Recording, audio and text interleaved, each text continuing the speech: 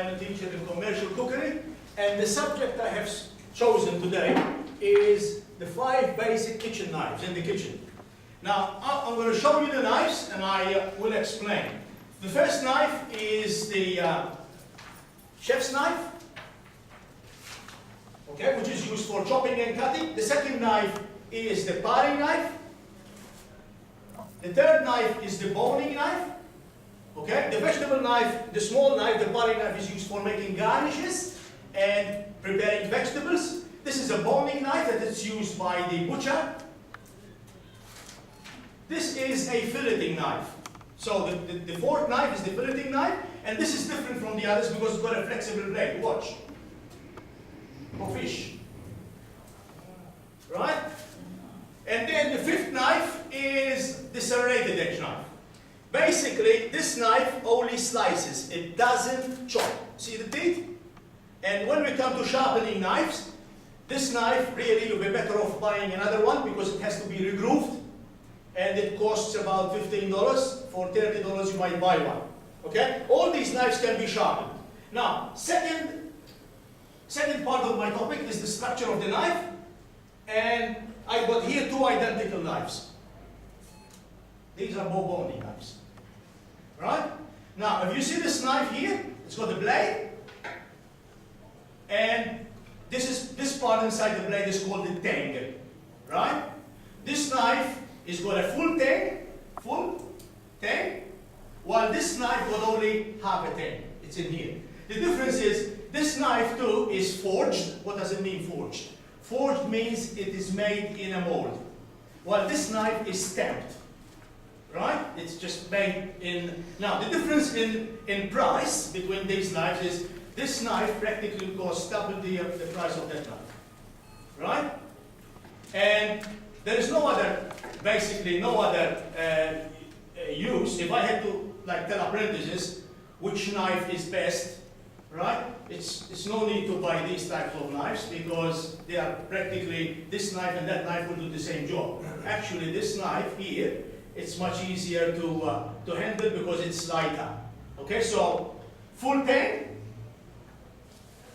half tang in here, forged, one piece, and stamped, right? Now there's another one on the market now, and this is called sintered. Sintered. Sintered means the whole knife is molded by pressure and heat, and inside here it's empty.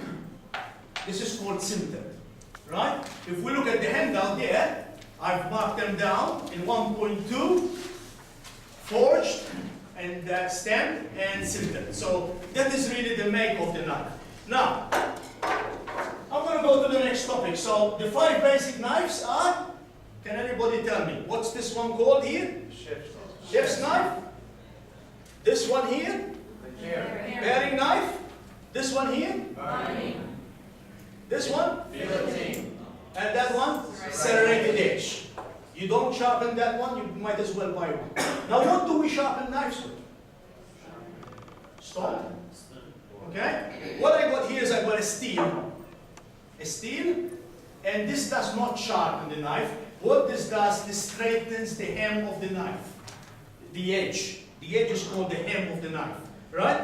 Now, regarding hardness of steel, this knife is a harder, this steel is a harder grade. And what grade do we use for measuring the hardness of metals? Rockwell. Rockwell scale.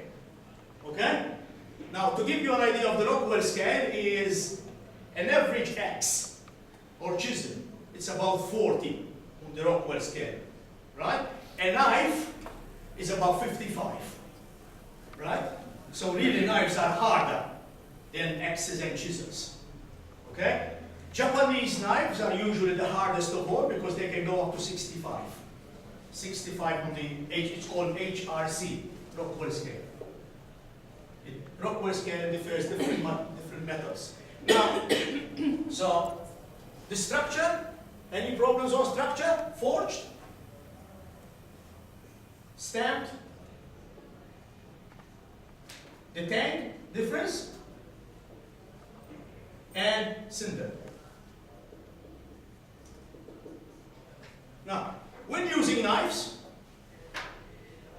safety is important. For example, first of all, I hold the knife from the handle, and when I use the knife, I should always point my knife down, right? I shouldn't walk around the kitchen. Secondly is, if I drop a knife, I should stand away from the knife. I don't try to pick up the knife, right? Thirdly is, if I was going to hand over a knife to somebody, I should give me the knife back there, right? Okay, so I don't handle the knife, give the knife to somebody that way. I always should give him the handle. Thank you. Okay, so that's a third point. Now, using the right knife for the right job. Okay? For example, if I had to chop parsley, which knife would I use? Chef's knife. Good. If I had, good, 10 points. If I had to, I don't have a peeler, but if I had to peel potatoes, which knife would I use? If I had to fillet the fish, right. Cut tomatoes, can be either a serrated edge knife or chef's knife. Okay, so using the right tool for the right job. Okay? Now, if I want to know if the knife is sharp or not. First of all, another thing with safety is we should use sharp knives. Right? If the knife is not sharp, there is more tendency of having an accident. How would I know if the knife is? How would I test it? Cutting a bit of paper. So, this is a sharp knife. This is a blunt knife.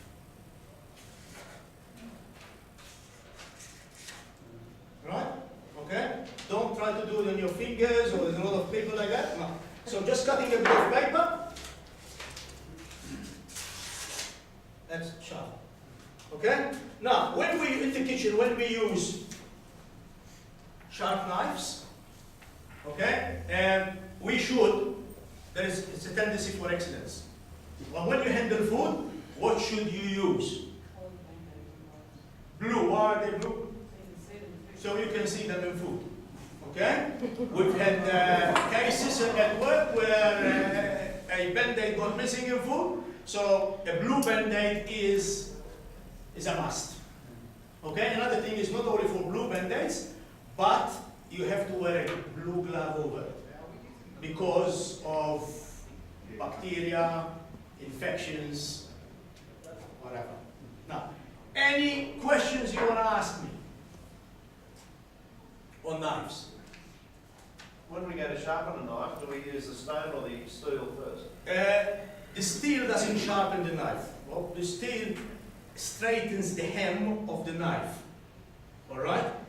The steel, all you do is basically, it just straightens the hem. If you want to sharpen the knife, you have to use a stone. And most stones, they have different grids. See, there's the first is the rougher side, and then there is the smoother side. Now, this is a water stone. In the olden days, we used to use an oil stone. It's better because the oil stone used to get clogged in, and then you have to clean it with kerosene and a little toothbrush and all that. If sometimes what happens too, there is a lot of professional sharpeners, like in the workplace, usually they have a professional sharpener, and we can use it through there. You've got to be careful though when you sharpen the knife, because knives, if I go and sharpen the knife and I go too low like that, what will happen is actually the stone will scratch the knife, as you can see here what happened here. Right? So it's going to be about 5 cents piece or 6 pence higher, like that. Okay? Next lesson, what we will do is we'll go to the next stage when we will actually use the knives, and we were going to start by preparing vegetables. Preparing basic vegetable cuts. So we will put these knives into action. Any other questions? Any other questions? Yes. I've been told by quite a few people that they prefer the steel all the way through, or using full steel knives. Do you agree? Do you recommend it? What do you think? Well, buying knives, really, look, there's a lot of things on the market, like this knife, if it's in a high grade, you can have to pay up to $180. All right, now I wouldn't recommend that to an apprentice to go and spend his money, $1,000 in knives. If you actually look at bargains, and you look on the internet, sometimes you see that, give you an example, like Peters of Kensington, he'll have it on the website, you can pick up a good set of knives for $250 when you're on special. And you don't have to spend money, because if you buy them individually, and really a knife, look, I've had this knife for 25 years, these two knives, and I don't find any problem with them, and they're still to my lifetime. Any other questions? Is there any benefit of having a plastic handle to a wooden handle? A wooden handle today in most kitchens, they are not accepted because of wood gets dented and bacteria goes in the wood. If you have a look down here, for example, I've brought my own chopping board here, and this is a board that I use at home, but we don't use wooden boards anymore because of hygiene. Wood gets cracks in it, bacteria logs in.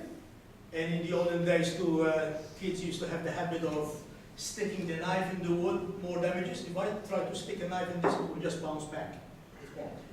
So today in kitchens, and this is a color, today too in kitchens we use a color-coded format.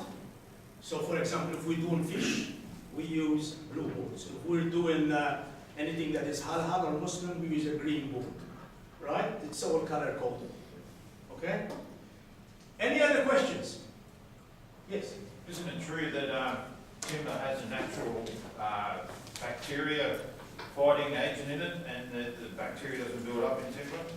You might be right, but when it comes to quality assurance managers and safety officers, they will just ban timber. Like in my workplace, I work for Bonello, and anybody that's got a knife with a wooden handle is not allowed to use it. Because they set the rules, timber out. So if you buy one and you're going to work in a big place like that, it's not worth buying. You might as well buy a knife with another setup. Now some knives, just one thing about the price, some knives are very expensive. If you look at the, I've put some additional information there if you want to know about knives on your handout. I put a website there, but there's other websites like JapaneseKnives.com, and some knives can cost even up to $2,000. Every knife has a specific chore, you know? Like a sashimi knife can be up to $800. That's what they cut sashimi. What about using knives for, you've got the separate purposes for each knife. What about using a knife for the purpose that you haven't mentioned? Like if you use a boning knife to cut vegetables or... No, we do not recommend that, and even in our teaching, when we see a student using a different knife for a different task, we just have to point out, please use the right knife, because what will happen, look, I've seen students trying to peel a potato with a French knife, just because they are too lazy to get it out of the box. So you have to stress out that you have to use the right knife for the right job. Otherwise, what will happen is there's a tendency of having more accidents. Right? People will try to fillet fish with a big knife. It might be all right for a professional. Look, possibility I can cut better with a butter than some of the apprentices, because I've been using knives for 35 years. But I just have to do the right thing. Okay? Thank you very much.